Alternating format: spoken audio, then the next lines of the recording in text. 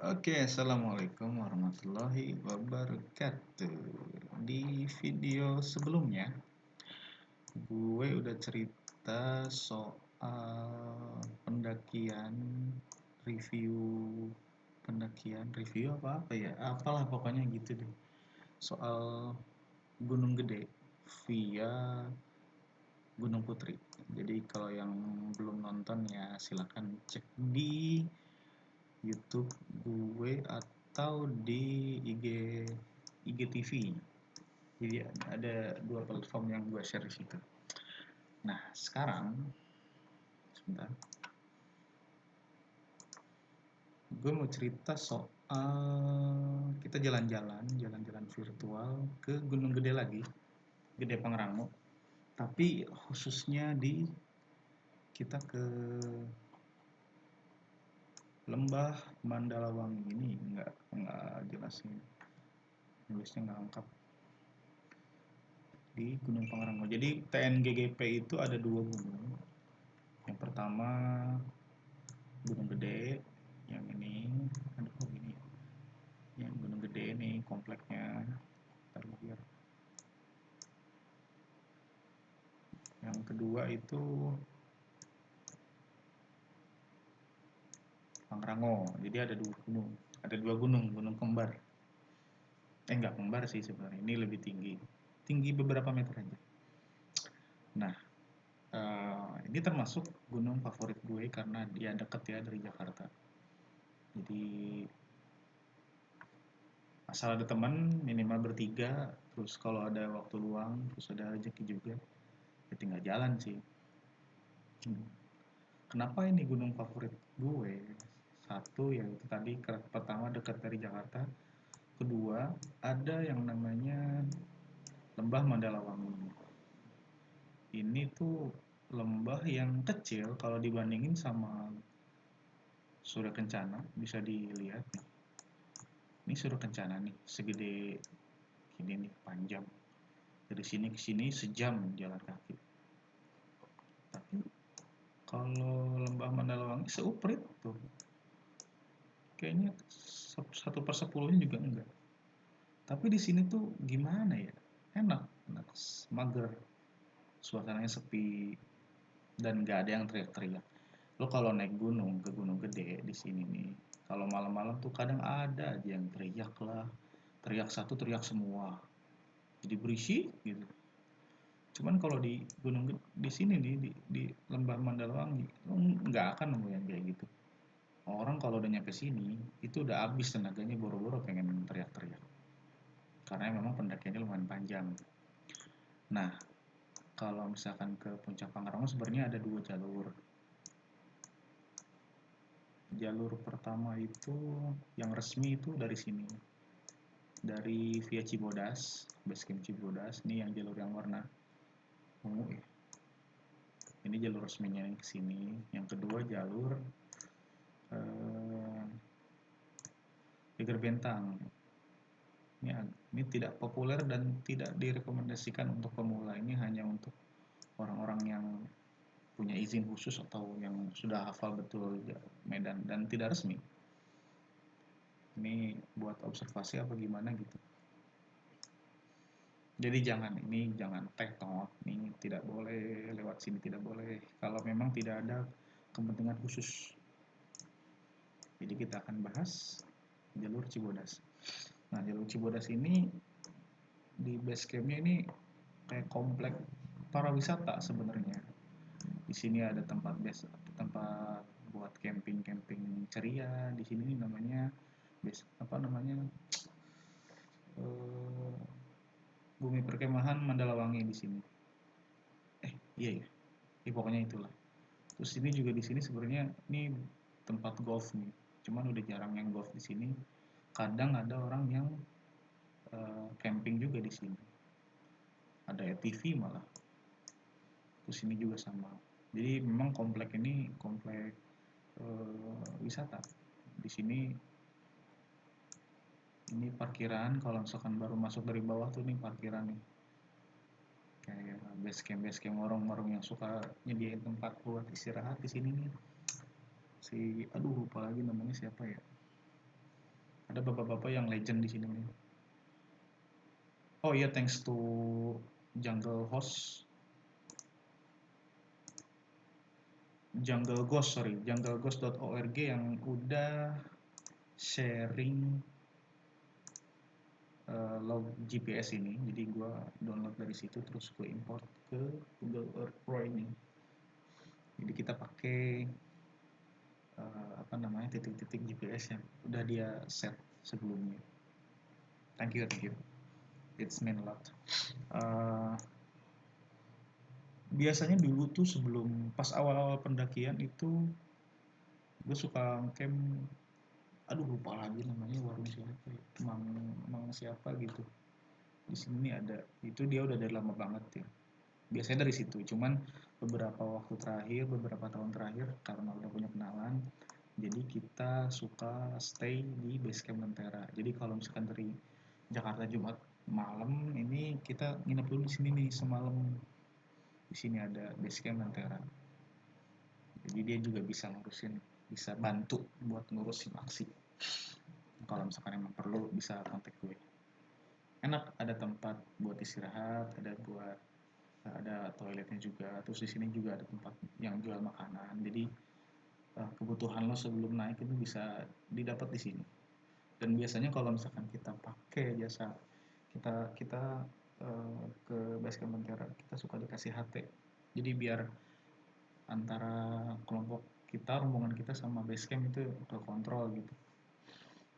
Nah, kalau misalkan mau naik ke Gunung Pangrango, karena nih jalurnya lumayan jauh ya, ini sekitar 12 jam. Jadi mau nggak mau dari bawah itu gue sih biasanya suka berangkat jam 4 pagi. Jam 4 ya, jam 4 lah. Jam 4 atau jam setengah 4. Jadi setengah 4 dari sini. Sebenarnya kalau nggak salah dari TMGGP sendiri nggak ngebolehin sih naik jam 4. Cuman karena negosiasi jadi kita bisa lewat. Jadi mereka tuh kalau di base camp ini, base camp Cibodas ini, dia ngebolehin kalau misalkan di atas jam 6 pagi gitu. Jadi udah terang.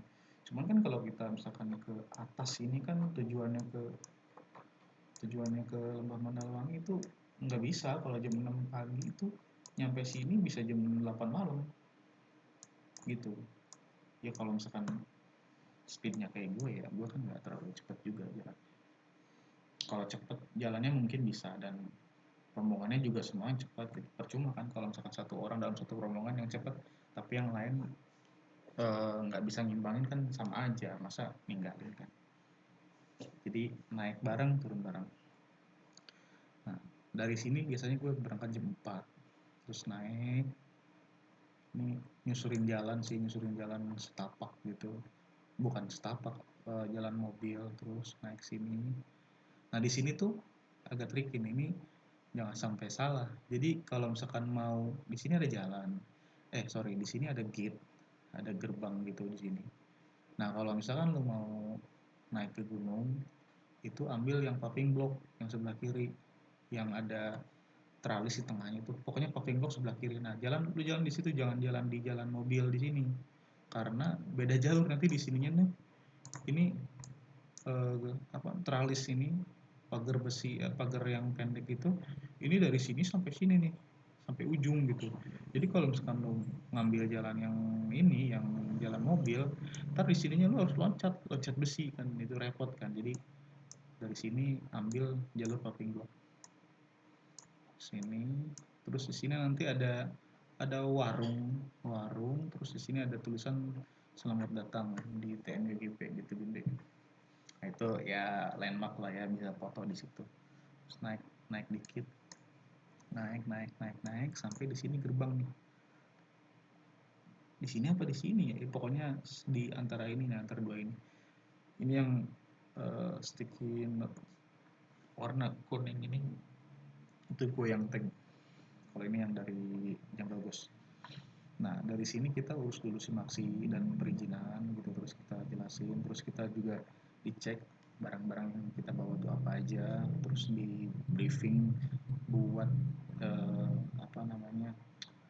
take care sampah kita masing-masing. Setelah itu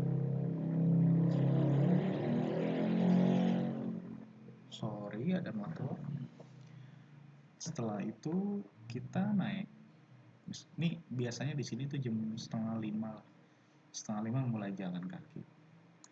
Kalau misalkan setengah lima atau jam 4 di sini, karena perizinannya cepet kok. Kalau misalkan semuanya lengkap gitu. Ingat pakai SIM maksi. Nah, eh, mulai jalan. Ini pasti gelap nih, di sini udah masuk hutan. Masuk hutan. Terus jalan. Ini lumayan. Nanti kita akan ketemu dari sini ke sini tuh ya sekitar 1 jam ya. Enggak deh, setengah jam lah sampai ke danau ini. Biasanya ada beberapa spot yang kita pakai buat sholat subuh, cuman yang paling enak memang di sini.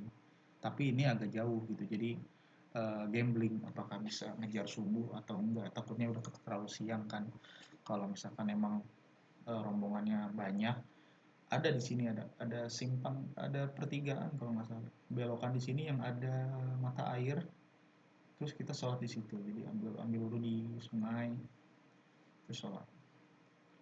Nah, ini danau ini kalau pagi ya nggak kelihatan sih. Kalau ini bagus sih, ini biru gitu, airnya biru. Cuman ya agak creepy. Terus kita lanjut jalan. Nah, biasanya gua tuh suka ngejar di sini buat jam 6 pagi di sini nih. Ini di sini itu the best nih view-nya. Ini tuh rawa, rawa, ya rawa Bayongbong. Dulunya tuh kalau misalkan zaman-zaman dulu tahun 90-an ke belakang, ini kita yang mengendaki tuh harus jalan cepat-cepat gitu di lewatin rawa. Tapi entah tahun berapa gue juga belum nggak tahu, itu dibikin lah jembatan gitu. Jembatan awalnya jembatan kayu, tapi tahun 2000 berapa ya, 2009 apa 2013-an lah dibikin lah ini jembatan paping kayak beton gitu. Nah, di sini kita istirahat buat makan, buat sarapan sarapan lah ya. Ini view-nya di sini the best cuy. Ini kita turun ya. Cush. Nih. Dari sini itu puncak Pangrango tuh kelihatan dari sini. Kalau misalkan cuacanya lagi bagus. Ini jelas banget kelihatan.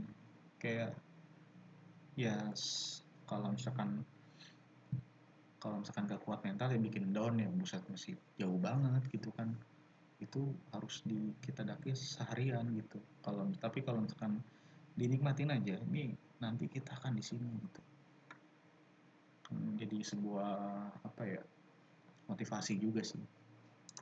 Nah, di sini kita makan pagi. Kalau gue sih biasanya karena makan udah di bawah, di sini cuman ngopi, terus buka snack dan lain-lain lah, ngobrol setengah jaman. Terus jalan lagi. Ini nanti ada jembatan dikit. Jadi hutan lagi, jembatan lagi dikit, terus masuk lagi hutan, sampailah di pos Panjangcangan. Nah, di pos Panjangcangan ini pertigaan nih. Jadi kalau misalkan kita mau naik gunung, kita ke kiri, ke atas ambilnya.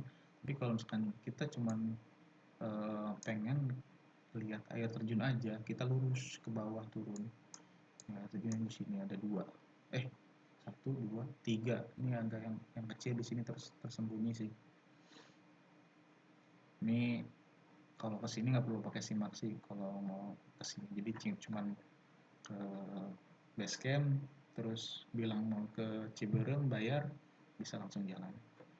Nah, jadi kalau dirata-ratain itu dari base camp Cibodas sampai Panjangcangan tuh 1 jam sampai 1,5 jam. Mungkin kalau plus ditambah ini Rawaboyongbong di sini ya jadi 2 jam lah. Itu juga udah lama banget sih sebenarnya. Nah, dari Panjangcangan ini nggak perlu istirahat lagi nih, kan udah istirahat di sini. hajar terus, soalnya di Panjang juga nggak enak view-nya, biasa aja jalan. Nah inilah jalur yang panjang berliku-liku, dia belok lagi, belok lagi, belok lagi, belok lagi sampai ke Rawadenok, tapi nggak terlalu ini sih, elevasinya nggak terlalu tinggi gitu, maksudnya nggak terlalu miring, jalannya masih bisa santai. Pokoknya ini tuh sampai ke Batu Pupus tuh jalannya masih oke lah, masih batu-batu yang disusun gitu, tapi susunnya juga nggak rapi sih, jadi ya harus hati-hati. Jadi hati-hati pijakan, takutnya kalau salah nginjek kan tergilir gitu, karena batu semua, jalurnya batu. Terus ini ke sini nanti kita ketemu pos air panas nih, melenceng nggak ya ini, pos air panas. Nah di pos air panas ini juga harus hati-hati nih, jadi kita agak naik, jadi kayak kita tuh ngelewatin sungai yang alirannya itu aliran air panas. Nah sebelah kiri itu si dindingnya apa namanya, dinding tebing, ada air panasnya gitu, tapi sebelah kanannya itu langsung jurang gitu, langsung kayak air terjun gitu. Makanya gue yakin nih di sebelah sini sih, bukan di sebelah sini nih jalurnya, tapi nggak tahu juga. Soalnya di samping kanan itu udah kelihatan banget jurang dan air terjun tuh ke situ semua. Air terjun air panas nih. Dan airnya lumayan panas. Di situ harus jalan satu-satu, satu orang dan harus benar-benar hati-hati karena slip dikit bisa jatuh ke jurang asli. Di situ harus hati-hati banget. Harus konsentrasi dan ada pegangan, cuman pegangan juga kayaknya nggak terlalu kuat kalau misalkan emang kita jatuhnya ngeblok banget gitu. Setelah dari pos air panas, naik lagi Batu Pupus. Oh, sorry, ini bukan nih. Ini di sini nih air panasnya. Iya benar benar. Ya, I see. Tapi ini apa ya? Putih-putih gini. Berarti di sini ada air terjun juga nih. Oke, jangan dipikirin. Dari air panas ke kandang batu tuh sekitar 1 jam jauh. Ini juga nggak terlalu naik sih. Nah, yang agak lumayan naik itu dari kandang batu sampai air panas ke kandang batu dekat kandang batu yang ke kandang badak yang jauh. Dan naiknya pun lumayan sih. Dan udah nggak batu juga, masih udah lumayan, elevasinya udah lumayan, tapi ya masih terhitung landai sih, cuma memang jauh.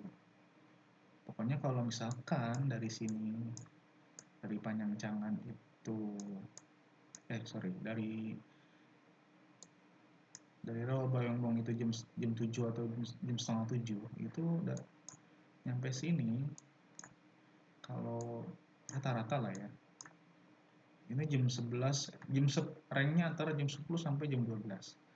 Gue pernah sih sampai sini jam 10, cuman kalau misalkan dirata-ratain ya jam 11 lah, jam 11 sampai jam 10 tuh cepet, itu nggak berhenti-berhenti.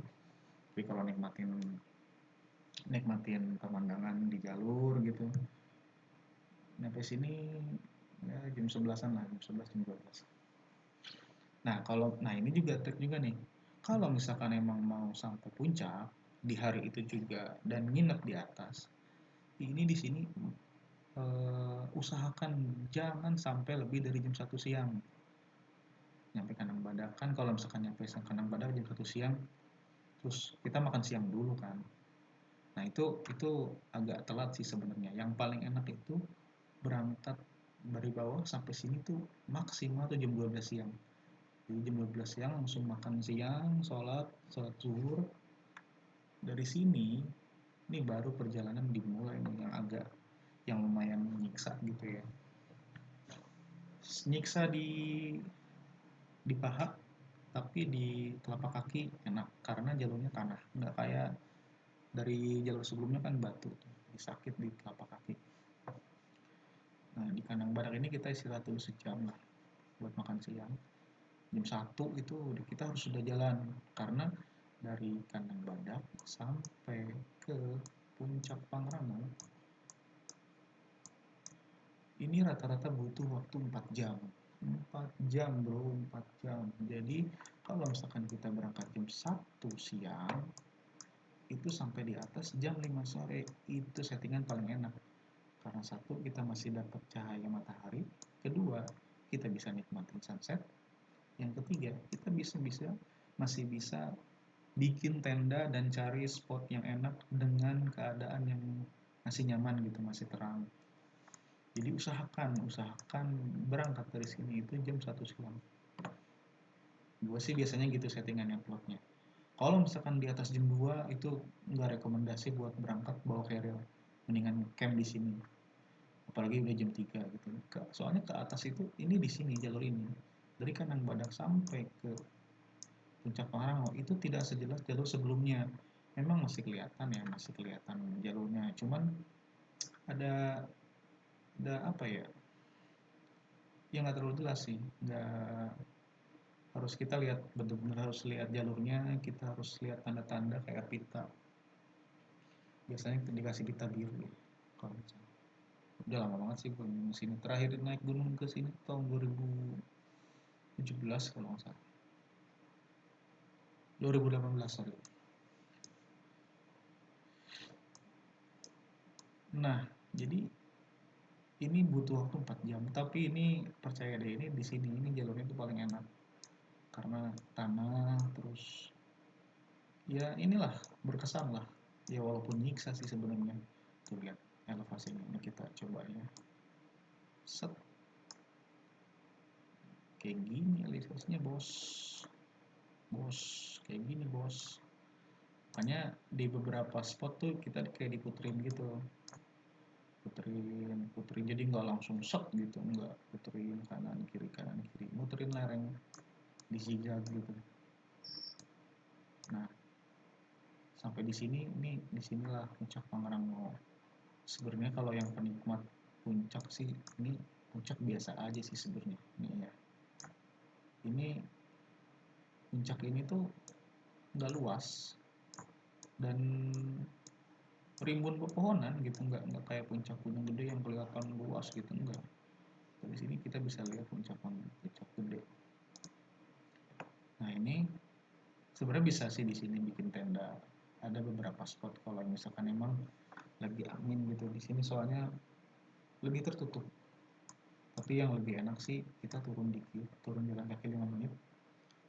Nah, disinilah tempat kita berleha-leha. Ini namanya Lembah Mandalawangi. Di sini syahdu deh pokoknya apa ya? Susah sih dijelasinnya, susah. Jadi harus nyobain dulu ke sana baru tahu rasanya gimana. Jadi ini dingin banget di sini. Apalagi kalau misalkan bulan-bulan Agustus ya, bulan Agustus sampai September itu masih dingin banget. Tapi enak dan sepi gitu. Di jalur tengah ini ada resapan air. Kita bisa ambil air di sini nih. Ini kayak selokan kecil gitu. Cuman memang kalau misalkan di bulan-bulan kemarau ini kering di sini. Tapi jangan khawatir, kalau misalkan naik Gunung Pangrango, di sini airnya udah nggak ada. Lo jalan terus sampai ke ujung lembah ke sini. Di sini turun dikit nanti ada cerukan air. Di sini biasanya sih nggak pernah kering sih. Gue pernah waktu itu bulan Agustus ke situ dan alhamdulillah airnya banyak. Bulan puasa malah waktu itu kalau nggak salah. Ya di sini bisa stay sih satu malam ya, jangan kelamaan juga, semalam. Dan bener-bener mager sih di sini tuh, gimana ya, ini kalau misalkan biasanya di sini nih di Surat Kencana gue paling jam 10 udah packing. Tapi kalau di sini gue pernah berangkat dari sininya aja, turunnya aja berangkat jam 12 siang. Bayangin aja kan, turunnya jam 12 siang. Padahal naiknya aja 12 jam gitu. Cuman memang kalau turun cepet sih. Jadi kalau misalkan jadi mendingan nih di sini gue leha-leha sampai jam 11 terus kita packing. Gue sisain waktu setengah jam buat bengong doang di sini, bener-bener cuman bengong. Terakhir sama makanan itu. Nah, dari sini turun deh. Shoot, nih cepat sih turun. Kalau naik di sini 4 jam, turun paling 2 jam. Malah pernah rombongan tuh pernah 1,5 jam saking nggak berhenti berhentinya. Kayak di sini makan siang dulu lah, santai sampai jam 2. Dari jam 2 itu kita sikat pokoknya dari kandang badak turun ke turun ke base camp tuh 4 jam 3 jam lah, nggak berhenti pokoknya. Jangan nih, banyak posisi ini lewatin aja, karena kalau misalkan dari atas sudah siang takutnya malam. Nah, malam di jalur ini tuh agak ya ya gitu deh.